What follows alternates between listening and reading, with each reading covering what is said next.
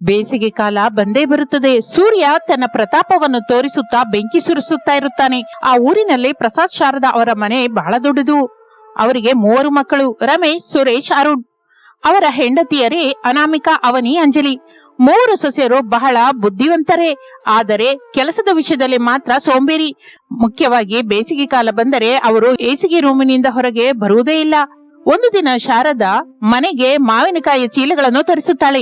ಆಗ ಮನೆಯಲ್ಲಿ ಪ್ರಸಾದ್ ಶಾರದಳ ಹತ್ರ ಹೀಗಂತಾನೆ: ಏನೇ, ಇಲ್ಲಿ ನೋಡು, ನೀನು ಕೇಳಿದ ಹಾಗೆ ಮಾರ್ಕೆಟ್ನಿಂದ ಹಸಿ ಮಾವಿನಕಾಯಿ ಚೀಲ 4 ತರಿಸಿದೀನಿ. ಕಾಯಿ ನೋಡ್ತಾ ಇದ್ರೆ ಬಾಯಲ್ಲಿ ನೀರ್ ಬರುತ್ತೆ. ಈ ವರ್ಷ ನಮ್ಮ ಉಪ್ಪಿನಕಾಯಿ ಊರ್ಗೆಲ್ಲ ತಿಳಿಬೇಕು. ಆಹಾ, ಬಹಳ ಒಳ್ಳೆ ಕೆಲಸ ಮಾಡಿದಿರಿ ರೀ. ಮಾವಿನಕಾಯಿ ಉಪ್ಪಿನಕಾಯಿ ಹಾಕದೇ ಇದ್ರೆ ಬೇಸಿಗೆ ಕಾಲ ಬಂದ ಹಾಗೆ ಅನ್ಸೋದಿಲ್ಲ. ಕಾಯಿಗಳು ಬಹಳ ಗಟ್ಟಿಯಾಗಿ ಹುಳಿಯಾಗಿದೆ. ಸೊಸೆ 3 ಮನೇಲೆ ಇದ್ದಾರಲ್ಲ, ಅವ್ರ ಜೊತೆ ಸೇರಿ ಕಾಯಿಗಳನ್ನ ಕೊಯ್ಸ್ಬಿಟ್ಟು ಈ ದಿನವೇ ಉಪ್ಪಿನಕಾಯಿ ಕೆಲಸ ಶುರು ಮಾಡ್ತೀನಿ. ಆಹಾ ಅಮ್ಮ, ನಿನ್ನ ಕೈ ಉಪ್ಪಿನಕಾಯಿ ಅಂದ್ರೆ ಅಮೃತನೇ. ಆ ಸುವಾಸನೆಗೆ ಅರ್ಧ ಹೊಟ್ಟೆ ತುಂಬ ಹೋಗುತ್ತೆ. ಹೌದು ಅಣ್ಣಯ್ಯ, ಬಿಸಿ ಬಿಸಿ ಅನ್ನದಲ್ಲಿ ಅಮ್ಮ ಹಾಕಿದ ಹೊಸ ಉಪ್ಪಿನಕಾಯಿ ಹಾಕೊಂಡು ಸ್ವಲ್ಪ ತುಪ್ಪ ಹಾಕೊಂಡು ತಿಂದ್ರೆ ಆ ಮಜಾನೇ ಬೇರೆ. ನನ್ಗಂತೂ ಈಗ್ಲೇ ಹಸುವಾಗ್ತಾ ಇದೆ. ನೀವಿಬ್ರು ಉಪ್ಪಿನಕಾಯಿ ಬಗ್ಗೆ ಹಾಗೆ ವರ್ಣಿಸ್ತಾ ಇದ್ರೆ ನನ್ನ ಬಾಯಲ್ಲಾಗ್ಲೇ ನೀರ್ ಬರ್ತಾ ಇದೆ. ಅಮ್ಮ, ಈ ವರ್ಷ ನನ್ಗಾಗಿ ಪ್ರತ್ಯೇಕವಾಗಿ ಮಾವಿನಕಾಯಿ ಚೂರನ್ನ ಸ್ವಲ್ಪ ದೊಡ್ಡದಾಗಿ ಕೊಯ್ಯಿ. ಆ ಉಪ್ಪಿನಕಾಯಿ ಚೂರನ್ನ ಅಗಿತಾ ಇದ್ರೆ ಬಹಳ ಚೆನ್ನಾಗಿರುತ್ತಮ್ಮ. ಸರಿ ಕಣಪ್ಪ, ನಿಮ್ಮೆಲ್ಲರಿಗೂ ಇಷ್ಟ ಬಂದ ಹಾಗೆ ಮಾಡ್ತೀನಿ. ಆದ್ರೆ ಮೊದಲು ಕಾಯಿ ಕೊಯ್ಬೇಕಲ್ಲ. ಮತ್ತೆ ನಿಮ್ಮ ಹೆಂಡತಿಯರಲ್ಲಿ ಇಲ್ಲಿ ಸಂಭ್ರಮ ನಡೀತಾ ಇದೆ. ಅವ್ರು ಯಾಕೆ ಇನ್ನು ಕೆಳಗೆ ಬಂದಿಲ್ಲ? ಅವರಲ್ಲಿರ್ತಾರೆ. ಮಹಾ ಅಂದ್ರೆ AC ರೂಮಿನಲ್ಲಿ ಬೆಡ್ಶೀಟ್ ಹೊತ್ಕೊಂಡು ಮಲಗಿರ್ತಾರೆ. ನೀನು ಅವರನ್ನ ಕರೆಸಿ ಕೆಲಸ ಶುರು ಮಾಡು. ನಾನು ಮಾರ್ಕೆಟ್ಗೆ ಹೋಗಿ ಸಾಸಿವೆ, ಎಣ್ಣೆ, ಖಾರ ತಗೊಂಡ್ಬರ್ತೀನಿ. ಹಾಗೆ ಅನ್ನುತ್ತಾ ಪ್ರಸಾದ್ ಮಾರ್ಕೆಟ್ಗೆ ಹೊರಡುತ್ತಾನೆ. ಮಕ್ಕಳು 3 ತಮ್ಮ ತಮ್ಮ ಆಫೀಸ್ ಕೆಲಸದ ಮೇಲೆ ಹೊರಗೆ ಹೋಗುತ್ತಾರೆ. ಮತ್ತೊಂದು ಕಡೆ ಮಹಡಿ ಮೇಲಿರುವ ಸೊಸೆಯರು 3 ಆಗಲೇ ನಿದ್ರೆಯಿಂದ ಇದ್ದು ಒಂದು ರೂಮಿನಲ್ಲಿ ಭೇಟಿಯಾಗುತ್ತಾರೆ. ಏನೇ ಅವನಿ, ಕೆಳಗಡೆ ಏನೋ ದೊಡ್ಡ ಗಲಾಟೆ ನಡೀತಾ ಇರೋ ಹಾಗಿದೆ. ಅತ್ತೆ ದೊಡ್ಡ ದೊಡ್ಡ ಚೀಲಗಳನ್ನು ತರಿಸಿದ ಹಾಗಿದೆ. ಹೌದು ಅಕ್ಕ, ನಾನು ಬಾಲ್ಕನಿಯಿಂದ ನೋಡ್ದಿ ಮಾವಿನಕಾಯಿ ಚೀಲಗಳದು. ಅತ್ತೆ ಪ್ರತಿ ವರ್ಷದ ಹಾಗೆ ಬೇಸಿಗೆ ಕಾಲ ಬಂದಾಗ ಉಪ್ಪಿನಕಾಯಿ ಹಬ್ಬ ಶುರು ಮಾಡಿದ್ದಾರೆ. ಏನೋ ಮಾವಿನಕಾಯಿ ಉಪ್ಪಿನಕಾಯಿನ? ಏನೋ ಚೀಲಗಳು ಮಾವಿನಕಾಯಿ ಕೊಯ್ಬೇಕಾ? ಅಬ್ಬಾ, ಆಗ್ಲೇ ಹಸಿ ಕಾಯಿಗಳು ಕತ್ತಿ ಹಿಡಿದು ಕೊಯ್ತಾ ಇದ್ರೆ ನನ್ನ ಕೈಗಳು ಕಂದು ಹೋಗುತ್ತಕ್ಕ. ನನ್ನಿಂದಾಗಲ್ಲ. ನಿನ್ನ ಕೈ ಕಂದಿ ಹೋಗೋ ವಿಷಯ ದೇವರಿಗೆ ಬಿಡು. ಅತ್ತೆ ಕಾಯಿಗಳು ಮನೆಯೊಳಗೆ ಕೊಯ್ಯೋದಕ್ಕೆ ಬಿಡಲ್ಲ. ಹೊರಗಡೆ ಬಿಸಿಲಲ್ಲಿ ಕೂತ್ಕೊಂಡು ಕೊಯ್ರಿ ಅಂತಾರೆ. ಈ ಸುಡು ಬಿಸಿಲಿನಲ್ಲಿ ಹೊರಗಡೆ ಕೂತ್ಕೊಂಡ್ರೆ ನಾವು ಸುಟ್ಟು ಬೂದಿ ಆಗ್ತೀವಿ. ನಿಜಾನೇ ಅಕ್ಕ, ಈ ಬಿಸಿಲಲ್ಲಿ ಕೂತ್ಕೊಂಡ್ರೆ ನನ್ನ ಸ್ಕಿನ್ ಎಲ್ಲ ಹಾಳಾಗಿ ಹೋಗ್ಬೋದು. ನಾನು ಉಪಯೋಗಿಸುವ ಬೆಲೆ ಬಾಳುವ ಸನ್ಸ್ಕ್ರೀನ್ ಲೋಷನ್ ಎಲ್ಲ ವೃಥ ಆಗಿ ಹೋಗುತ್ತೆ. ಮೊದಲೇ ನನ್ನ ಚರ್ಮ ಬಹಳ ಸೂಕ್ಷ್ಮ. ನಾನು ಮಾತ್ರ ಬಿಸಿಲಲ್ಲಿ ಕೂತ್ಕೊಳ್ಳಲ್ಲ. ಮತ್ತೆ ಅತ್ತೆ ಕರೆದ್ರೆ ಏನ್ ಹೇಳೋಣ? ಉಪ್ಪಿನಕಾಯಿ ಹಾಕುವವರೆಗೂ ಬಿಡೋದಿಲ್ವಲ್ಲ. ಕರೀಲಿಕ್ ಬಿಡು, ನಮ್ಮ ಜಾಣ್ಮೆ ನಮಗಿದೆ. ನಾವು ಒಬ್ಬೊಬ್ರು ಒಂದೊಂದು ಸಾಕ್ಷಿ ಹೇಳಿ ತಪ್ಪಿಸ್ಕೊಳ್ಳೋಣ. ಅವರವರ AC ರೂಮ್ ಒಳಗೆ ಹೋಗಿ ಬಾಗಿಲು ಹಾಕೊಳ್ಳೋಣ. ಉಪ್ಪಿನಕಾಯಿ ಹೇಗೋ ಅತ್ತೆ ಮಾಡ್ತಾರಲ್ಲ, ತಿನ್ನೋದಕ್ಕೆ ಮಾತ್ರ ನಾವು ಹೋಗ್ಬೋದು. ಹಾಗೆ ಅಂದುಕೊಳ್ಳುತ್ತಾ ಸೊಸೆರು 3 ಒಂದು ಉಪಾಯ ಹಾಕಿಕೊಳ್ಳುತ್ತಾ ಇರುವಾಗಲೇ ಕೆಳಗಿನಿಂದ ಶಾರದಾಳ ಕರೆ ಕೇಳಿಸುತ್ತೆ. ಅನಾಮಿಕಾ, ಅವನಿ, ಅಂಜಲಿ, ಒಂದ್ಸಲ ಕೆಳಗೆ ಬನ್ರಿ ಅಮ್ಮ, ನಿಮ್ ಜೊತೆ ಕೆಲ್ಸ ಇದೆ ನಂಗೆ. ಕರೆ ಬಂದ್ಬಿಡ್ತು, ಬನ್ನಿ, ನಮ್ಮ ರಾಗ ಶುರು ಮಾಡೋಣ. ಮುಖ ಸ್ವಲ್ಪ ನೀರಸವಾಗಿಡಿ. ಹಾಗೆ ಅಂದುಕೊಳ್ಳುತ್ತಾ 3 ಸೊಸೆಯರು ಮೆಟ್ಟಲಿಳಿದು ಕೆಳಗೆ ಬರುತ್ತಾರೆ. ಹಾಲ್ನಲ್ಲಿ ಮಾವಿನಕಾಯಿ ಚೀಲಗಳ ಪಕ್ಕದಲ್ಲಿ ಕತ್ತಿ, ಪೀಠ, ಚಾಕು ಹಿಡಿದುಕೊಂಡು ಶಾರದಾ ಕೂತ್ಕೊಂಡು ಸಿದ್ಧವಾಗಿರ್ತಾಳೆ. ಬನ್ರಮ್ಮ, ನೋಡಿದ್ರಲ್ಲ, ಕಾಯಿ ಚೆನ್ನಾಗಿದೆ. ಈ ಚೀಲಗಳನ್ನ ಹಿತ್ತಲಿಗೆ ತಗೊಂಡೋಗೋಣ. ಬಿಸಿಲಲ್ಲಿ ಕೂತ್ಕೊಂಡು ಸ್ವಲ್ಪ ನೆರಳು ನೋಡ್ಕೊಂಡು ಕಾಯಿ ಕೊಯ್ಯೋಣ. ನೀವು ಚೂರ್ ಮಾಡ್ತಾ ಇದ್ರೆ ನಾನು ಒರೆಸಿ ಹೊರಗಿಡ್ತೀನಿ. ಅಬ್ಬಾ ಅತ್ತೆ, ನೀವು ಕರಿತಲೆ ಓಡ್ಕೊಂಡು ಬರೋಣ ಅನ್ಕೊಂಡೆ, ಆದ್ರೆ ನನ್ನಿಂದ ಆಗ್ತಾ ಇಲ್ಲ. ಏನಾಯ್ತೆ ನಿಂಗೆ? ಮುಖ ಹೇಗೆ ಬಾಡಿ ಹೋಗಿದೆ? ಏನೋ ಅತ್ತೆ, ಬೆಳಿಗ್ಗೆ ಮಾಡಿ ಮೇಲೆ ಬಟ್ಟೆ ಆರ್ಸೋದಕ್ ಹೋಗಿದ್ನ, ಆಗಿನಿಂದ ತಲೆ ಭಯಂಕರವಾಗಿ ತಿರುಗ್ತಾ ಇದೆ. ನೆನ್ನೆ ಹೊರಗೆ ಹೋದಾಗ ಬಿಸಿಲಿನ ಏಟು ತಗಲಿದ ಹಾಗಿದೆ ಅತ್ತೆ. ಕಣ್ಣು ಕತ್ತಲಿಡ್ತಾ ಇದೆ, ವಾಂತಿ ಆಗೋ ಹಾಗಿದೆ. ಬಿಸಿ ಅನ್ನುವ ಮಾತು ಕೇಳಿದ್ರೆ ಪ್ರಾಣ ಹೋಗ್ತಾ ಇರೋ ಹಾಗಿದೆ ಅತ್ತೆ. ಹೌದಾ? ನೆನ್ನೆ ಸಾಯಂಕಾಲ AC ಕಾರ್ನಲ್ಲಿ ಹೋಗಿ AC ಮಾಲ್ ಅಲ್ಲಿ ಶಾಪಿಂಗ್ ಮಾಡಿ ಬಂದಿಯಲ್ಲಮ್ಮ, ಆಗ್ಲೇ ಬಿಸಿಲೇಟ್ ಬಂದ್ಬಿಡ್ತಾ? ಅಂದ್ರೆ ಅತ್ತೆ, ಅದು ಮಾಲ್ ನಿಂದ ಕಾರಿಗೆ ಹತ್ತುವ 2 ನಿಮಿಷದಲ್ಲೇ ನನ್ಗೆ ಬಿಸಿ ತಾಗಿದೆ ಅತ್ತೆ. ಬಹಳ ಕಷ್ಟ ಅನಿಸ್ತಾ ಇದೆ. ನಾನು ಹೋಗಿ ಮಲ್ಕೋತೀನಿ ಅತ್ತೆ. ಸರಿ ಅಮ್ಮ, ಬಿಸಿಲಿನ ಏಟು ತಗಲ್ದವಳಿಗೆ ತೊಂದರೆ ಕೊಡೋದೇನಕ್ಕೆ? ಹೋಗಿ ವಿಶ್ರಾಂತಿ ತಗೊಮ್ಮ, ಹೋಗು. ಏನೇ ಅವನಿ, ನೀನಾದ್ರೂ ಬಂದು ಕಾಯ್ಕೊಯ್ಯಿ. ಅಯ್ಯೋ ಅತ್ತೆ, ನನ್ನ ಪರಿಸ್ಥಿತಿ ಅನಾಮಿಕ ಅಕ್ಕಂಗಿಂತ ದಾರುಣವಾಗಿದೆ. ನಿಮಗ್ ಗೊತ್ತಲ್ಲ, ನನ್ನ ಚರ್ಮ ಬಹಳ ಸೂಕ್ಷ್ಮವಾಗಿರೋದು ಅಂತ. ನನಗೆ ಸನ್ ಅಲರ್ಜಿ ಅತ್ತೆ. ಹೊರಗಡೆ ಕೂತ್ಕೊಂಡ್ರೆ ಆ ಬಿಸಿಲಿಗೆ ನನ್ನ ಸ್ಕಿನ್ಗೆಲ್ಲ ದದ್ದುಗಳು ಬರುತ್ತೆ. ಮೊನ್ನೆ ಡಾಕ್ಟರ್ ಕೂಡ ಹೇಳಿದ್ರು, ಅವನಿ ಇದು ಫಾರಿನ್ ಸ್ಕಿನ್, ಬಿಸಿಲು ತಗಲ್ಬಾರ್ದು ಅಂತ. ಅದಕ್ಕೆ ಸರಿಯಾಗಿ ಮಾವಿನಕಾಯಲ್ಲಿ ಇರುವ ಸೊನೆ ತಗಲಿದ್ರೆ ನನ್ನ ಕೈಗಳು ಕಂದಿ ಹೋಗುತ್ತೆ ಅತ್ತೆ. ಬ್ಯೂಟಿ ಪಾರ್ಲರ್ ಅವರು ಬಿಸಿಲಿನಲ್ಲಿ ಹೋಗ್ಬಾರ್ದು ಅಂತ ಬಹಳ ಸ್ಟ್ರಿಕ್ಟ್ ಆಗಿ ಹೇಳಿದ್ದಾರೆ. ಓಹೋ, ನಿಂದು ಫಾರಿನ್ ಸ್ಕಿನ್ ಅನ್ನೋ ಮಾತು ಸರಿ ಅಮ್ಮ. ನಿನ್ನ ಸೂಕ್ಷ್ಮವಾದ ಚರ್ಮನ ಯಾಕಮ್ಮ ಹಾಳು ಮಾಡ್ಬೇಕು? ಹೋಗಿ ಹಾಯಾಗಿ ಎಸಿ ರೂಮಲ್ಲಿ ಕೂತ್ಕೋ. ಕನಿಷ್ಠ ಅಂಜಲಿ, ನೀನು ನನಗೆ ಸಹಾಯ ಮಾಡ್ತೀಯಾ? ಏನೇ ಅಂಜಲಿ, ಆ ಕತ್ತಿಪೀಠ ತಗೊಮ್ಮ. ಹಿಡ್ಕೊಳ್ಳಿ ಅತ್ತೆ, ಹಿಡ್ಕೊಳ್ಳಿ. ಬಿದ್ದು ಹೋಗ್ತಾ ಇದ್ದೀನಿ. ಏನಾಯ್ತೆ? ನಿಜಕ್ಕೂ ನಿಂಗೇನ್ ಬಂತೆ ರೋಗ? ರೋಗ ಅಲ್ಲ ಅತ್ತೆ, ಡಿಹೈಡ್ರೇಷನ್ ಅಂತಾರೆ ಇದನ್ನ. ಮೈಯಲ್ಲಿರೋ ನೀರೆಲ್ಲ ಆವಿಯಾಗಿ ಹೋಗಿದೆ. ಇದುವರೆಗಿಂದ ನನಗೆ ಒಣಗಿ ಹೋಗ್ತಾ ಇದೆ ಅತ್ತೆ. ನಾನು ಬಿಸಿಲಲ್ಲಿ 2 ನಿಮಿಷ ಕುತ್ಕೊಂಡ್ರು ಗ್ಲೂಕೋಸ್ ಬಾಟ್ಲಿ ಹಚ್ಚಿಸ್ಬೇಕು. ಮೇಲಾಗಿ ಮಾವಿನಕಾಯಿಗಳು ಕತ್ತಿ ಪೀಠದಿಂದ ಕೊಯ್ಬೇಕು ಅಂದ್ರೆ ನಂಗಷ್ಟು ಸ್ಟಾಮಿನಾ ಇಲ್ಲ ಅತ್ತೆ. ನನಗೆ ಎಸಿ ರೂಮ್ ಅಲ್ಲಿ ಕುತ್ಕೊಂಡು ರೆಸ್ಟ್ ತಗೊಳ್ಳೋದು ಹೊರತು ಈ ವೀಕ್ನೆಸ್ ಕಡಿಮೆ ಆಗಲ್ಲ. ದಯವಿಟ್ಟು ನನ್ನ ಬಿಟ್ಬಿಡಿ. ಅಯ್ಯೋ ಪಾಪ, ನಿಮ್ಮ ಮೂರಿಗೂ ಒಂದೇ ಸಲ ಬೇಸಿಗೆ ಕಾಲದ ರೋಗ ಬಂದ ಹಾಗಿದೆ. ಸರಿ ಬಿಡಮ್ಮ, ನೀವು 3 ಹೋಗಿ ಹಾಯಾಗಿ ಎಸಿ ರೂಮ್ ಅಲ್ಲಿ ಮಲ್ಕೊಳ್ರಿ. ಈ ಚೀಲಗಳನ್ನೆಲ್ಲ ನಾನೇ ಕೊಯ್ದು ನಾನೇ ಉಪ್ಪಿನಕಾಯಿ ಮಾಡ್ತೀನಿ. ಬಹಳ ಥ್ಯಾಂಕ್ಸ್ ಅತ್ತೆ, ನೀವೆಷ್ಟು ಒಳ್ಳೆಯವರು. ಟೇಕ್ ಕೇರ್ ಅತ್ತೆ, ಹೆಚ್ಚಾಗಿ ಬಿಸಿಲಲ್ಲಿ ಇರಬೇಡಿ. ನಾನು ಹೋಗಿ ರೆಸ್ಟ್ ತಗೊಂತೀವಿ ಅತ್ತೆ ಎಂದು 3 ಸಂಭ್ರಮದಿಂದ ಮಾಡಿ ಮೇಲಕ್ಕೆ ಹೋಗಿ ಒಂದು ರೂಮಿನಲ್ಲಿ ಸೇರುತ್ತಾರೆ.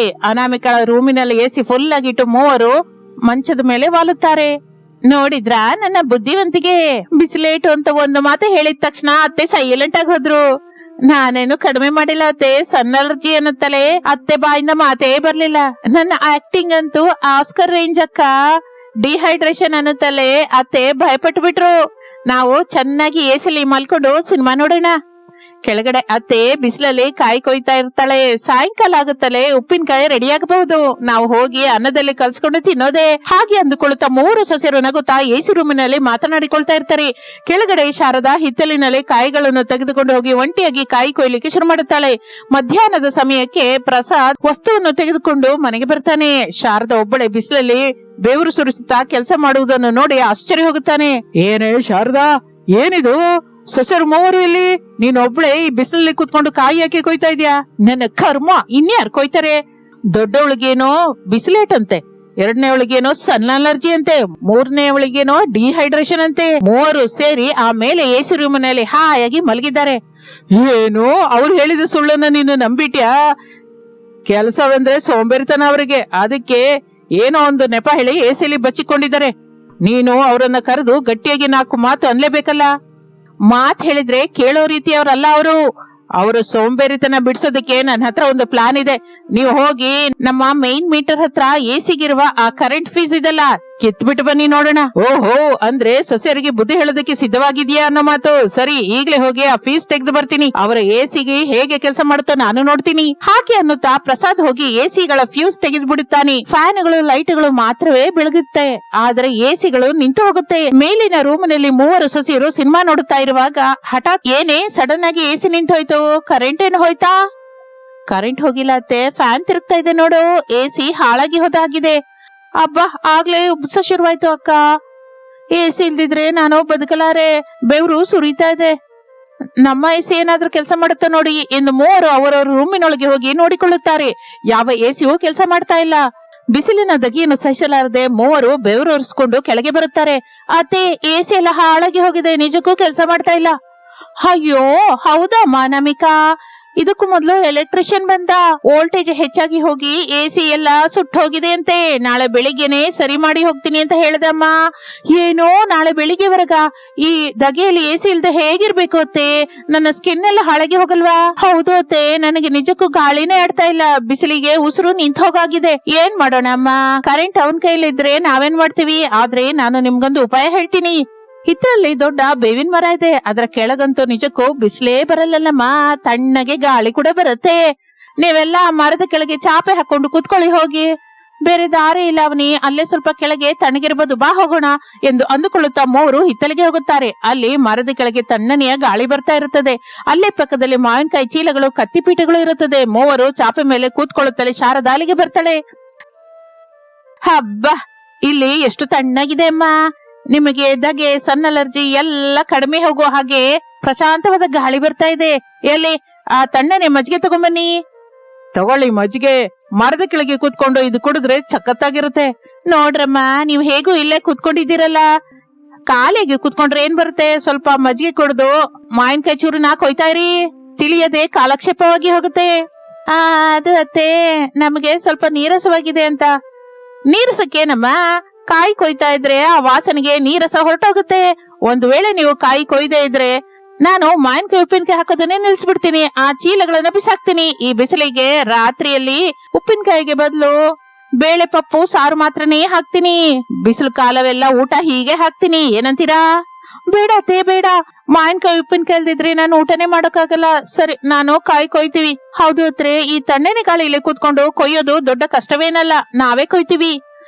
ಹಾಗೆ ಸೊಸೆಯರು ಮೂವರಿಗೆ ಶಾರದಾ ಬುದ್ಧಿವಂತಿಕೆಯಿಂದ ಪಾಠ ಹೇಳಿದ್ದಾಳೆ ಎಂದು ಅರ್ಥವಾಗುತ್ತದೆ. ಎಸಿಗಳು ಕೆಲಸ ಮಾಡಲ್ಲ ಅನ್ನೋ ಹಾಗೆ ತಪ್ಪದ ಪರಿಸ್ಥಿತಿಯಲ್ಲಿ ಕತ್ತಿಪೀಠ ಹಿಡ್ಕೊಂಡು ಮಾವಿನಕಾಯಿ ಕೊಯ್ಯಲಿಕ್ಕೆ ಪ್ರಾರಂಭಿಸುತ್ತಾರೆ. ಶಾರದಾ ಪಕ್ಕದಲ್ಲಿ ಕೂತ್ಕೊಂಡು ಅವರಿಗೆ ಹೇಗೆ ಕೊಯ್ಬೇಕು ಕಲಿಸ್ತಾ ಇರ್ತಾಳೆ. ಇನ್ನು ಮೂವರು ಮಾತನಾಡಿಕೊಳ್ಳುತ್ತಾ ನಗುತ್ತಾ ಕಾಯಿ ಕೊಯ್ತಾರೆ. ನೋಡಿದ್ರ ತಾಯಂದ್ರೆ, ಕಷ್ಟಪಟ್ಟು ಕೆಲಸ ಮಾಡೋದ್ರಲ್ಲಿ ಇರುವ ಆನಂದ ಎಸಿ ರೂಮಲ್ಲೇ ಮಲ್ಕೊಂಡ್ರೆ ಬರಲ್ಲಲ್ಲ. ಒಬ್ಬರಿಗೊಬ್ರು ಸಹಾಯ ಮಾಡ್ಕೊಂಡು ಕೆಲಸ ಮಾಡಿದ್ರೆ ಎಂತ ಕೆಲಸವಾದ್ರೂ ಸರಿ ಸುಲಭವಾಗಿ ಹೋಗುತ್ತಮ್ಮ. ನೀವ್ ಹೇಳಿದ್ದು ನಿಜನೇ ಅತ್ತೆ. ಹೀಗೆ ಎಲ್ರೂ ಸೇರಿ ಕೂತ್ಕೊಂಡು ಮಾತನಾಡಿಕೊಳ್ಳುತ್ತಾ ಕೆಲಸ ಮಾಡ್ತಾ ಇದ್ರೆ ನಿಜಕ್ಕೂ ಬಿಸಿಲೇ ತಿಳಿಯೋದಿಲ್ಲ.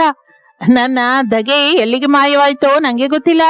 ಹೌದು ಅತ್ತೆ, ನನ್ನ ಸಣ್ಣ ಅಲರ್ಜಿ ಕೂಡ ಬೇವಿನ ಗಾಳಿಗೆ ಎಲ್ಲಿ ಓಡಿ ಹೋಯ್ತೋ ಗೊತ್ತಿಲ್ಲ. ನನ್ನ ಡಿಹೈಡ್ರೇಷನ್ ಅಂತೂ ಮಾವಿನಕಾಯಿ ವಾಸನೆಗೆ ಆವಿಯಾಗಿ ಹೋಯ್ತು ಅತ್ತೆ. ಇನ್ನು ಮೇಲೆ ಯಾವ ಕೆಲಸಕ್ಕೂ ನಾವು ಮುಂದಿರ್ತೀವಿ. ಹೀಗೆ ಸೋಂಬೇರಿಯಾಗಿದ್ದು ಸುಳ್ಳು ಹೇಳೋದಿಲ್ಲ. ಇಷ್ಟರಲ್ಲಿ ಸಾಯಂಕಾಲವಾಗುತ್ತದೆ. ಮಕ್ಕಳು ಮೂವರು ಆಫೀಸ್ನಿಂದ ಮನೆಗೆ ಬರುತ್ತಾರೆ. ಹಿತ್ತಲಿನಲ್ಲಿ ಹೆಂಡತಿಯರು ಮೂವರು ನಗುತ್ತಾ ಮಾವಿನಕಾಯಿ ಕೊಯ್ತಾ ಇರೋದನ್ನ ನೋಡಿ ಅವರು ಆಶ್ಚರ್ಯ ಹೋಗುತ್ತಾರೆ. ಏನಿದು ಸುರೇಶ್, ನಾನು ಕನ್ಸ್ ಕಾಣ್ತಾ ಇದ್ದೀನ? ನಮ್ಮ ಮೂರು ಹೆಂಡತಿಯರು ಬಿಸಿಲಲ್ಲಿ ಕೂತ್ಕೊಂಡು ಕೆಲಸ ಮಾಡ್ತಾ ಇದ್ದಾರೆ ಏನೋ.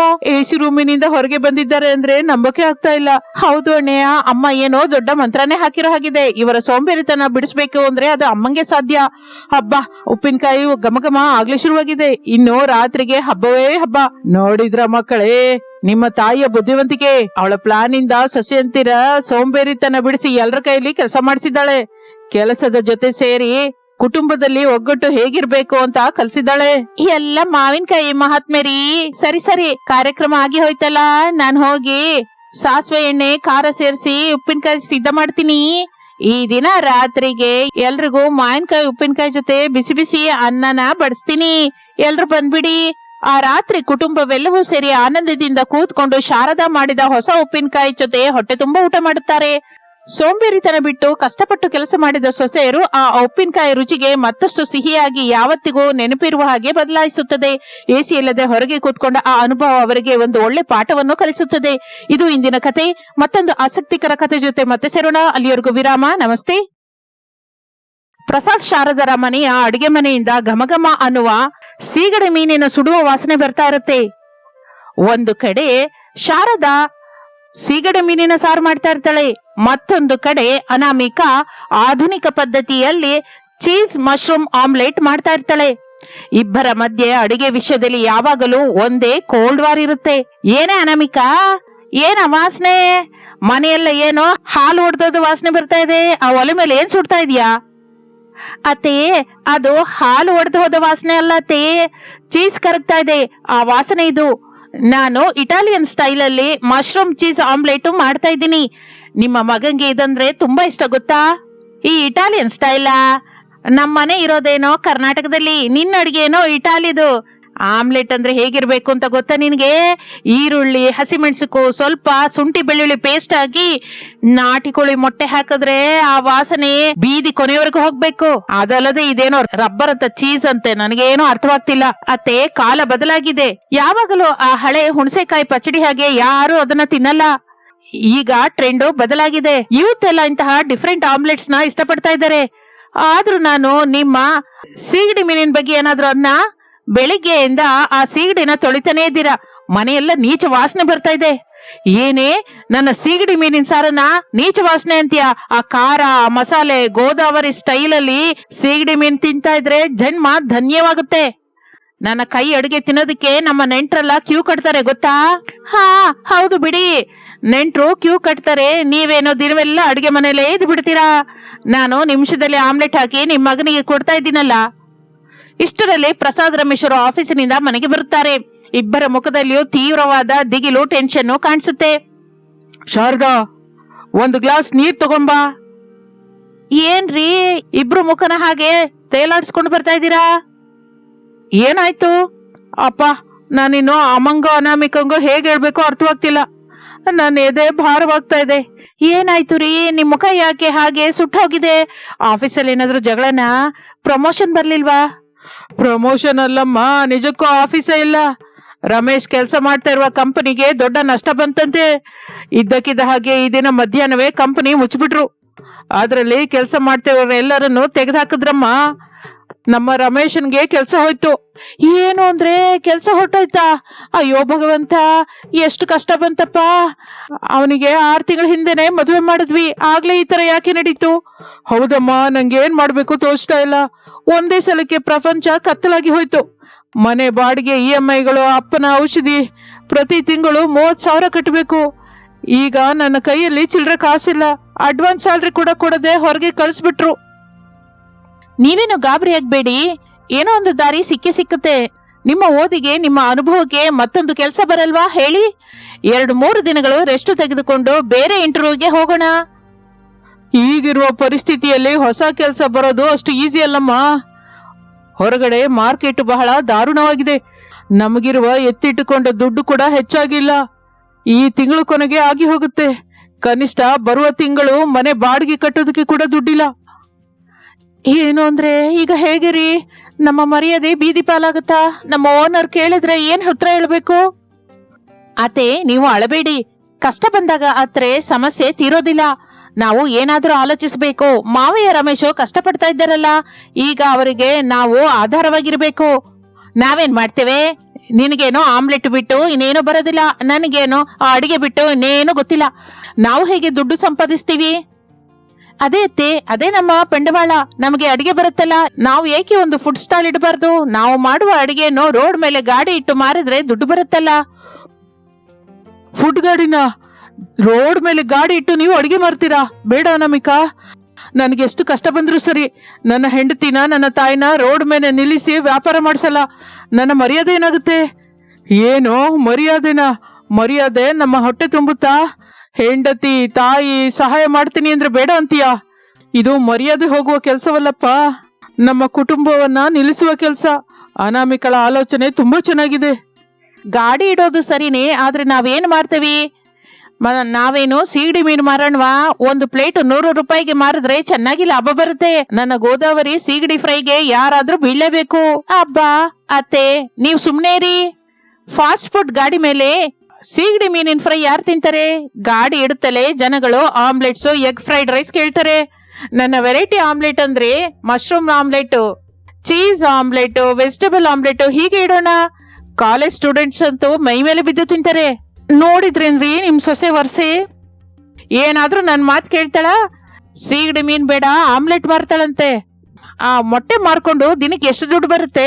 ನಾನು ಹೇಳಿದ್ದನ್ನ ಕೇಳ್ಬೇಕು ಹೊರತು. ಇಲ್ಲ ಅತ್ತೆ, ಸೀಗಡಿ ಮೀನು ಬೇಕು ಅಂದ್ರೆ ಬಂಡವಾಳ ಹೆಚ್ಚಾಗಿ ಬೇಕು. ಈಗ ನಮ್ಮ ಹತ್ರ ಅಷ್ಟು ದುಡ್ಡಿಲ್ಲ. ಮೊಟ್ಟೆ ಆದ್ರೆ ಕಡಿಮೆ ರೇಟಿಗೆ ಬರುತ್ತೆ, ಲಾಭ ಹೆಚ್ಚಿರುತ್ತೆ. ನನ್ನ ಆಮ್ಲೆಟ್ಟೇ ಮಾಡೋಣ. ನಿಲ್ಸಿ ಅಮ್ಮ, ನೀವಿಬ್ಬರು ಯಾವಾಗ್ಲೂ ಅಡಿಗೆ ಬಗ್ಗೆನೇ ಜಗಳ ಮಾಡ್ತೀರಾ? ನಮ್ಮ ಮನೆ ಮುಳುಗಿ ಹೋಗ್ತಾ ಇದ್ರೆ ನೀವು ನಿಮ್ಮ ಹಠಕ್ಕೆ ಬಿದ್ದಿದ್ದೀರಾ. ಇಬ್ರು ಸ್ವಲ್ಪ ಹೊತ್ತು ಬಾಯಿ ಮುಚ್ಕೊಳ್ಳಿ. ಹೌದು ಅಮ್ಮ, ಅಪ್ಪ ಹೇಳೋದನ್ನ ಕೇಳಿ. ಇಬ್ರು ಜಗಳವಾಡಿದ್ರೆ ಕೆಲಸ ಆಗಲ್ಲ. ನನ್ನ ತಲೆಯಲ್ಲಿ ಒಂದು ಅದ್ಭುತವಾದ ಐಡಿಯಾ ಬಂದಿದೆ. ನೀವಿಬ್ಬರು ಯಾಕೆ ಜಗಳ ಆಡ್ಕೋಬೇಕು? ಶಾರದಂಗೆ ಸೀಗಡಿ ಫ್ರೈ ಮಾಡೋದು ಚೆನ್ನಾಗಿ ಬರುತ್ತೆ, ಅನಾಮಿಕಂಗೆ ತರತರದ ಆಮ್ಲೆಟ್ ಮಾಡೋದು ಬರುತ್ತೆ. ಆ ಎರಡನ್ನು ನೀವೇಕೆ ಸೇರಿಸಬಾರ್ದು? ಎರಡನ್ನು ಸೇರಿಸ್ಬೇಕಾ? ಹೌದು ಶಾರದಾ, ನೀನು ದಿನವೂ ಮಾಡುವ ಘಮಘಮ ಅನ್ನುವ ಸೀಗಡಿ ಫ್ರೈ ಸ್ವಲ್ಪ ಚಿಕ್ಕ ಚಿಕ್ಕ ಚೂರಾಗಿ ಮಾಡಿ ನೋಡು. ಅನಾಮಿಕಾ, ನೀನು ಆಮ್ಲೆಟ್ ಆಗುವಾಗ ಮಧ್ಯದಲ್ಲಿ ಚೀಸ್ ಬದಲು ನಿಮ್ಮ ಅತ್ತೆ ಮಾಡಿದ ಸೀಗಡಿ ಮೀನಿನ ಫ್ರೈ ಬಿಟ್ಟು ಮಚ್ಚಿಟ್ಕೊಡು. ಅದನ್ನ ಸೀಗಡಿ ಮೀನಿನ ಆಮ್ಲೆಟ್ ಅಂತ ಮಾರೋಣ. ಹೇಗಿದೆ ನನ್ನ ಐಡಿಯಾ? ಅಪ್ಪ, ವಂಡರ್ಫುಲ್ ಐಡಿಯಾ ಇದು. ಸೀಗಡಿ ಆಮ್ಲೆಟ್ ಕೇಳೋದಕ್ಕೆ ಬಹಳ ಕ್ರೇಜಿ ಆಗಿದೆ. ಸಿಟಿಯಲ್ಲಿ ಚಿಕನ್ ಆಮ್ಲೆಟ್, ಮಟನ್ ಆಮ್ಲೆಟ್ ಇದೆ ಹೊರತು ಈ ಸ್ಪೈಸಿ ಸೀಗಡಿ ಆಮ್ಲೆಟ್ ಎಲ್ಲೂ ಇಲ್ಲ.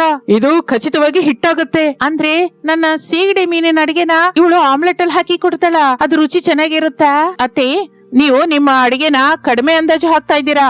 ನಿಮ್ಮ ಖಾರ ನನ್ನ ಆಮ್ಲೆಟ್ ಸಾಫ್ಟ್ನೆಟ್ಸ್ ಸೇರಿದ್ರೆ ಟೇಸ್ಟ್ ಸಖತ್ತಂತೆ. ಮಾವ ಹೇಳಿದ್ದಂತೂ ಸೂಪರ್ ಐಡಿಯಾ. ನಾಳೆ ಟ್ರಯಲ್ ಮಾಡೋಣ. ಹಾಗೆ ಅಂದುಕೊಳ್ಳುತ್ತಾ ಇರುವಾಗ ಮಾರನೇ ದಿನ ಬೆಳಗಿನ ಸಮಯದಲ್ಲಿ ಅಡಿಗೆ ಮನೆಯಲ್ಲಿ ಅತ್ತೆ ಸೊಸೆಯರಿಬ್ಬರು ಸೇರಿ ಅಡಿಗೆ ಮಾಡ್ತಾ ಇರ್ತಾರೆ. ಶಾರದಾ ಸೀಗಡಿ ಫ್ರೈನ ಬಹಳ ಖಾರವಾಗಿ ಹುಡಿ ಹುಡಿಯಾಗಿ ಮಾಡುತ್ತಾಳೆ. ಅನಾಮಿಕಾ ಮತ್ತೊಂದು ಪಾತ್ರೆಯಲ್ಲಿ 3 ಮೊಟ್ಟೆಯನ್ನ ಒಡೆದು ಹಾಕಿ ಸ್ವಲ್ಪ ಹಾಲು, ಉಪ್ಪು, ಮೆಣಸಿನ ಪುಡಿ ಹಾಕಿ ಬಹಳ ಕಲಸುತ್ತಾಳೆ. ಒಲೆ ಮೇಲೆ ಹಂಚಿಟ್ಟು ಆಮ್ಲೆಟ್ ಹಾಕುತ್ತಾಳೆ. ಅದೇ ಸೀಗಡಿ ಫ್ರೈನ ತಗೊಂಬನ್ನಿ. ಆಮ್ಲೆಟ್ ಅರ್ಧ ಬೆಂದಿದೆ, ಈಗ ಮಧ್ಯದಲ್ಲಿ ಫ್ರೈ ಇಡೋಣ. ತಗೊಳ್ಳೆ, ಜಾಗ್ರತೆ, ನನ್ನ ಸೀಗಡಿ ಫ್ರೈ ಸೀದ್ ಹೋಗ್ಬಾರ್ದು ಗೊತ್ತಾ. ಆಗ ಅನಾಮಿಕಾ ಫ್ರೈ ಅನ್ನು ಆಮ್ಲೆಟ್ ಮಧ್ಯದಲ್ಲಿ ಇಡುತ್ತಾಳೆ. ನೋಡಿದ್ರತ್ತೆ ಹೇಗಿದೆಯೋ, ಆಮ್ಲೆಟ್ ಒಳಗಡೆ ಸೀಗಡಿ ಫ್ರೈನ ಸ್ಟಫ್ ಮಾಡಿದ್ದೀನಿ. ಆಗ ಹಾಲ್ ನಲ್ಲಿ ಪ್ರಸಾದ್ ರಮೇಶರು ಕೂತ್ಕೊಂಡಿರ್ತಾರೆ. ಅನಾಮಿಕಾ ಪ್ಲೇಟ್ ತೆಗೆದುಕೊಂಡು ಬಂದು ಕೊಡ್ತಾಳೆ. ಅಬ್ಬಾ, ಕಟ್ ಮಾಡ್ತಾ ಇದ್ರೆ ಒಳಗಡೆಯಿಂದ ಸೀಗಡಿ ಮೀನಿನ ಫ್ರೈ ವಾಸನೆ ಸಖತ್ತಾಗಿದೆ ಅಮ್ಮ ಎಂದು ಪ್ರಸಾದ್ ಒಂದು ತುತ್ತನ್ನು ಬಾಯಲ್ಲಿಟ್ಕೋತಾನೆ. ಕಣ್ಣು ಮುಚ್ಚಿಕೊಂಡು ಆಸ್ವಾದಿಸುತ್ತಾನೆ. ಅಮ್ಮ, ಅನಾಮಿಕಾ, ನಿಜಕ್ಕೂ ಟೇಸ್ಟ್ ಏನಾದ್ರೂ ಇದೆಯಾ? ಆಮ್ಲೆಟ್ ಏನೋ ಬಾಯಲ್ಲಿ ಹಾಕೊಳ್ತಾನೆ, ಬೆಣ್ಣೆ ಹಾಕಿ ಕರ್ಗಿ ಹೋಗ್ತಾ ಇದೆ. ಒಳಗಡೆ ಅಮ್ಮ ಮಾಡಿದ ಸೀಗಡಿ ಮೀನಿನ ಚೂರು ಬಾಯಿಗೆ ತಗಲ್ತಾ ಇದ್ರೆ ಆ ಖಾರ, ಮಸಾಲೆ, ಆಹಾ, ಆ ಖಾರ ಮಸಾಲೆ ಎಲ್ಲದಕ್ಕೂ ಮೆದುಳಿಗೆ ಹತ್ತುತ್ತಾ ಇದೆ. ಇದು ಸೂಪರ್ ಹಿಟ್ ಅಪ್ಪ. ನೋಡಿದ್ಯ ಸೊಸೆ, ನನ್ನ ಸೀಗಡಿಯ ಪವರು, ಅದು ನನ್ನ ಆಮ್ಲೆಟ್ ಪವರ್ ಕೂಡ ಅತ್ತೆ. ಇಬ್ರು ದೊಡ್ಡವರೇ. ನಾಳೆ ನಾವು ಗಾಡಿ ಇಡ್ತಾ ಇದೀವಿ. ಅತ್ತೆ ಸೊಸೆಯರ ಹಾಗೆ ಅಂದುಕೊಳ್ಳುತ್ತಾ ಇರುವಾಗ 2 ದಿನದ ನಂತರ ಸಾಯಂಕಾಲದ ವೇಳೆಯಲ್ಲಿ ಬಸ್ ಸ್ಟ್ಯಾಂಡ್ಗೆ ಹತ್ತಿರದಲ್ಲಿ ಒಂದು ಚಿಕ್ಕ ತಳ್ಳುಗಾಡಿ ಇರುತ್ತದೆ. ಮೇಲಕ್ಕೆ ದೊಡ್ಡ ಬ್ಯಾನರ್, ಶಾರದಾ ಅನಾಮಿಕರ ಸೀಗಡಿಯ ಆಮ್ಲೆಟ್ ಅಂತ. ಪ್ರಸಾದ್ ಕೌಂಟರ್ ಹತ್ರ ಕೂತಿರ್ತಾನೆ. ರಮೇಶ್ ಸರ್ವ್ ಮಾಡೋದಕ್ಕೆ ರೆಡಿಯಾಗಿರ್ತಾನೆ. ಗಾಡಿ ಮೇಲೆ 2 ಒಲೆಗಳು, ಒಂದರ ಮೇಲೆ ಶಾರದಾ ಸೀಗಡಿ ಫ್ರೈ ಮಾಡ್ತಾ ಇರ್ತಾಳೆ, ಇನ್ನೊಂದು ದೊಡ್ಡ ಒಲೆ ಮೇಲೆ ಅನಾಮಿಕಾ ಆಮ್ಲೆಟ್ ಹಾಕೋದಕ್ಕೆ ಸಿದ್ಧವಾಗಿರ್ತಾಳೆ. ಅಪ್ಪ, ಅರ್ಧ ಗಂಟೆ ಆಯ್ತು, ಒಬ್ಬ ಕಸ್ಟಮರ್ ಕೂಡ ಬಂದಿಲ್ಲ. ನನ್ಗೇನಕ್ಕೋ ಭಯವಾಗ್ತಾ ಇದೆಪ್ಪ. ಗಾಬರಿ ಆಗಬೇಡವೋ, ಹೊಸ ಬಂಡಿ ಅಲ್ವಾ, ಜನ ಅಭ್ಯಾಸ ಆಗೋದಕ್ಕೆ ಟೈಮ್ ಆಗುತ್ತೆ. ಏನು ಅಂದ್ರೆ ಯಾರು ಬರ್ದೇ ಇದ್ರೆ ಈ ಸೀಗಡಿನ ನಾವೇ ತಿನ್ಬೇಕಾ? ನನ್ಗಂತೂ ಟೆನ್ಷನ್ ಆಗ್ತಾ ಇದೆ. ಅತ್ತೆ, ಧೈರ್ಯವಾಗಿರಿ. ಈ ಸೀಗಡಿ ವಾಸನೆ ಗಾಳಿನಲ್ಲಿ ಹೋಗ್ತಾ ಇದೆಯಲ್ಲ, ಖಚಿತವಾಗಿ ಜನ ಬಂದೇ ಬರ್ತಾರೆ. ಇಷ್ಟರಲ್ಲಿ ಒಂದಿಬ್ಬರು ಹುಡುಗರು ಗಾಡಿ ಹತ್ರಕ್ಕೆ ಬರ್ತಾರೆ. ಏನ್ರಿ, ನಿಮ್ಮ ಬ್ಯಾನರ್ ನೋಡಿದೀವಿ, ಸೀಗಡಿ ಆಮ್ಲೆಟ್ ಅಂತ ಹಾಕಿದೀರಾ. ಸೀಗಡಿ ಆಮ್ಲೆಟ್ ಏನೋ ಹೊಸದಾಗಿದೆ. ಸೀಗಡಿ ಮೊಟ್ಟೆ ಸೇರಿದ್ರೆ ವಾಸನೆ ಬರೋದಿಲ್ವಾ? ವಾಸನೆ ಬರಲ್ಲಪ್ಪ, ಈ ವಾಸನೆ ಚೆನ್ನಾಗಿರುತ್ತೆ. ನಮ್ಮ ಹೆಂಡತಿ ಮಾಡಿದ ಸ್ಪೆಷಲ್ ಗೋದಾವರಿ ಸೀಗಡಿ ಫ್ರೈ ನಮ್ಮ ಸೊಸೆ ಮಾಡುವ ಬಟರ್ ಆಮ್ಲೆಟ್ ಒಳಗಡೆ ಸ್ಟಫ್ ಮಾಡಿ ಕೊಡ್ತಾರೆ. ಒಂದ್ಸಲ ತಿಂದು ನೋಡಿ, ಹಿಡಿಸ್ತಾ ಇದ್ರೆ ದುಡ್ಡು ಕೊಡ್ಬೇಡಿ. ಓಕೆ ಅಂಕಲ್, ಒಂದು ಪ್ಲೇಟ್ ಕೊಡಿ, ಟೇಸ್ಟ್ ನೋಡಿ ಹೇಳ್ತೀವಿ. ಅತ್ತೆ, ಫಾಸ್ಟ್ ಆಗಿ 2 ಚಮಚ ರಾಯಲ್ ಫ್ರೈ ಈ ಕಡೆ ಕೊಡಿ. ಹಾಗೆ ಅಂದುಕೊಂಡು ಅನಾಮಿಕಾ ಬಹಳ ಸ್ಟೈಲ್ ಆಗಿ ಒಲೆ ಮೇಲೆ ಬೆಣ್ಣೆ ಹಾಕಿ ಮೊಟ್ಟೆಯನ್ನು ಹಾಕಿ ಮಧ್ಯದಲ್ಲಿ ಶಾರದ ಕೊಟ್ಟ ಸೀಗಡಿ ಫ್ರೈ ಹಾಕಿ ರೋಸ್ಟ್ ಮಾಡಿ ಕೊಡುತ್ತಾಳೆ. ಮೇಲೆ ಸ್ವಲ್ಪ ಕೊತ್ತಂಬರಿ, ಈರುಳ್ಳಿ ಚೆಲ್ಲಿ ಪ್ಲೇಟ್ ಅಲ್ಲಿ ಇಟ್ಟು ಕೊಡುತ್ತಾಳೆ. ತಗೊಳ್ಳಿ ಬ್ರದರ್, ಬಿಸಿ ಬಿಸಿ ಸೀಗಡಿ ಆಮ್ಲೆಟ್. ರೇ, ಏನೋ ಇದು ಮೈಂಡ್ ಬ್ಲೋಯಿಂಗ್. ನಿಜಕ್ಕೂ ಸೀಗಡಿ ಮಸಾಲೆ, ವಾವ್! ಈ ಸಾಫ್ಟ್ ಆಮ್ಲೆಟ್ ಕಾಂಬಿನೇಷನ್ ಹುಚ್ಚೆಬ್ಬಿಸ್ತಿದೆ ಕಣೋ. ಆಂಟಿ, ನೀವು ಸೂಪರ್. ಅದಕ್ಕೆ ನಿಮ್ಮ ಆಮ್ಲೆಟ್ ಬೆಸ್ಟ್, ಎಕ್ಸಲೆಂಟ್. ಇನ್ನೂ 2 ಪ್ಲೇಟ್ ಹಾಕಿ ನನ್ಗೆ. ನೋಡಿದ್ರಾ, ನಮ್ಮ ಫಸ್ಟ್ ಕಸ್ಟಮರು ನಮ್ಗೆ ಪರ್ಮನೆಂಟ್ ಕಸ್ಟಮರ್ ಆಗೋದ್ರು. ಏನೋ ರಮೇಶ್, ಭಯವಾಗ್ತಾ ಇದೆಯಾ? ಇಲ್ಲಪ್ಪ, ನಮ್ಮ ಅತ್ತೆ ಸೊಸೆಯರ ಮ್ಯಾಜಿಕ್ ವರ್ಕೌಟ್ ಆಯ್ತು.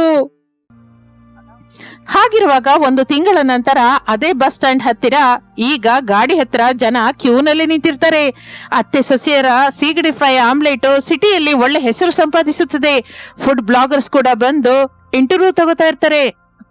ಅನಾಮಿಕಾ, ಇಲ್ಲಿ ನೋಡು, 2 ಪ್ಲೇಟಿಗೆ ಸೀಗಡಿ ಫ್ರೈನ ರೆಡಿ ಮಾಡಿ ಇಟ್ಟಿದ್ದೀನಿ. ಮತ್ತೆ ನಿನ್ನ ಆಮ್ಲೆಟ್ ರೆಡಿನಾ? ರೆಡಿ ಅತ್ತೆ. ನಿಮ್ಮ ಫ್ರೈಯ ಘಾಟಿಗೆ ಜನ ಫಿದಾ ಆಗಿ ಹೋಗಿದ್ದಾರೆ ಗೊತ್ತಾ. ನನ್ನ ಆಮ್ಲೆಟ್ಗಿಂತ ನಿಮ್ಮ ಸೀಗಡಿ ಫ್ರೈನೇ ಹೆಚ್ಚು ಡಿಮ್ಯಾಂಡ್ ಅಲ್ಲಿದೆ. ಅಯ್ಯೋ ಹುಚ್ಚಿ, ಫ್ರೈ ಒಂದೇ ಇದ್ರೆ ಯಾರು ಹೆಚ್ಚಾಗಿ ತಿನ್ನಲ್ಲ. ಆದ್ರೆ ನೀನು ಆಮ್ಲೆಟ್ ಮಡಚಿ ಆ ಬಟರ್ ಫ್ರೈ ಹಾಕಿ ಕೊಡ್ತಾ ಇದೀಯ ನೋಡು, ಆ ಟೆಕ್ನಿಕ್ ಇಂದಲೇ ಜನ ಕ್ಯೂ ಕಟ್ತಾ ಇದ್ದಾರೆ. ಹಳೆ ರುಚಿಗೆ ನಿನ್ನ ಹೊಸ ಆಲೋಚನೆ ಸೇರಿದರೆ ಅದಕ್ಕೆ ಅಮ್ಮ ಈ ವಿಜಯ. ಶಾರದಾ, ಅನಾಮಿಕಾ, ಈ ದಿನ ರಿಕಾರ್ಡ್ ಸೇಲ್ಸ್ ಅಮ್ಮ.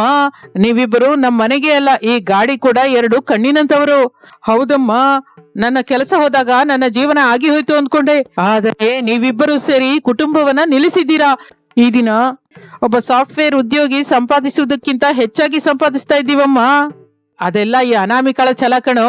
ನಾನೇನೋ ಹಳೆ ಪದ್ಧತಿ ಇಟ್ಕೊಂಡು ಸೊಸೆ ಜೊತೆ ದಿನವೂ ಜಗಳವಾಡ್ತಾ ಇದ್ದೆ. ಆದ್ರೆ ನನ್ನ ಸೊಸೆ ಯಾವತ್ತೂ ಎದುರು ಹೇಳಲಿಲ್ಲ. ಕಷ್ಟ ಬಂದರೆ ಮಗನ ಹಾಗೆ ಮುಂದೆ ನಿಂತಿದ್ಲು ಕಣೋ. ನನ್ನ ಅಡಿಗೆಗೆ ಪ್ರಾಣ ಹಾಕಿದ್ದಾಳೆ. ಅನಾಮಿಕಳಂತ ಸೊಸೆ ಬರೋದು ನನ್ನ ಅದೃಷ್ಟ. ಅತ್ತೆ, ನೀವು ಹಾಗೆ ಅನ್ಬೇಡಿ ಅತ್ತೆ. ಅಡಿಗೆ ಮನೆಯಲ್ಲಿ ನೀವು ನನಗೆ ಅಮ್ಮನಂತವರು. ನೀವು ಕಲಿಸಿದ ಸಹನೆ, ನೀವು ಮಾಡುವ ಅಡಿಗೆಯ ರುಚಿ ನನ್ನನ್ನು ಈ ದಿನ ಈ ಸ್ಥಾಯಿಯಲ್ಲಿ ನಿಲ್ಸಿದೆ. ನಮ್ಮ ಬಂಧನ ಹೀಗೆ ಯಾವ ಕಾಲವೂ ಹೀಗೆ ಇರ್ಬೇಕತ್ತೆ. ಸರಿ ಸರಿ, ಈ ಸೆಂಟಿಮೆಂಟ್ ನ ನಿಲ್ಸಿ. ಅಲ್ಲಿ ಕಸ್ಟಮರ್ಸ್ ವೇಟ್ ಮಾಡ್ತಾ ಇದ್ದಾರೆ. ಬೇಗ ಸೀಗಡಿ ಆಮ್ಲೆಟ್ ಹಾಕಿ. 1 ಸೀಗಡಿ ಆಮ್ಲೆಟ್ ಪಾರ್ಸಲ್, 2 ಪ್ಲೇಟು ಡೈನಿಂಗು. ಹಾಗೆ ಶಾರದ ನಗುತ್ತಾ ಸೀಗಡಿ ಮೀನನ್ನ ಬಾಂಡ್ಲಿಯಲ್ಲಿ ಹಾಕ್ತಾ ಇರ್ತಾಳೆ. ಅನಾಮಿಕಾ ಉತ್ಸಾಹದಿಂದ ಮೊಟ್ಟೆ ಹೊಡಿತಾ ಇರ್ತಾಳೆ. ಹಳೆ ರುಚಿ ಹೊಸ ಆಲೋಚನೆ ಸೇರಿ ಆ ರೋಡ್ ಮೇಲೆ ಘಮಘಮ ಹಂಚುತ್ತದೆ. ಕುಟುಂಬವೆಲ್ಲ ಸೇರಿ ಆನಂದದಿಂದ ತಮ್ಮ ವ್ಯಾಪಾರವನ್ನು ಮಾಡಿಕೊಳ್ಳುತ್ತಾ ಮುಂದಕ್ಕೆ ಸಾಗುತ್ತಾರೆ. ಇದು ಇಂದಿನ ಕಥೆ. ಮತ್ತೊಂದು ಆಸಕ್ತಿಕರ ಕಥೆ ಜೊತೆ ಮತ್ತೆ ಸೇರೋಣ. ಅಲ್ಲಿವರೆಗೂ ವಿರಾಮ. ನಮಸ್ತೆ.